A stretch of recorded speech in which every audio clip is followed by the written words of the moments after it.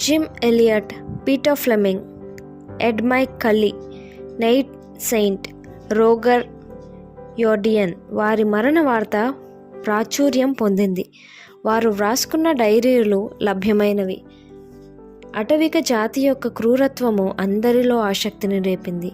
ఈ మిషనరీలందరికీ వివాహములైనవి. చక్కని పిల్లలు ఉన్నారు. చనిపోయిన వారందరూ బాల్యం నుండి క్రైస్తవ వాతావరణంలో పెంచబడ్డారు.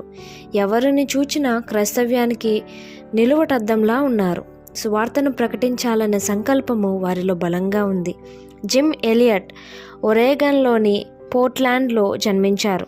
చక్కని ప్రసంగికుడు. అతడు క్రైస్తవ కుటుంబానికి చెందిన ఎలిజబెత్ను వివాహం చేసుకున్నాడు. అతడు హత్య చేయబడిన సమయమునకు అతనికి 9 నెలల వయసు గల పాప ఉంది. పాప పేరు వాలరీ. పీటర్ ఫ్లెమింగ్ పోస్ట్ గ్రాడ్యుయేషన్ చేసినవాడు. జిమ్ కంటే 1 సంవత్సరం చిన్నవాడు. అతడు తన చిన్ననాటి స్నేహితురాలైన ఆలివ్ను వివాహం చేసుకున్నాడు.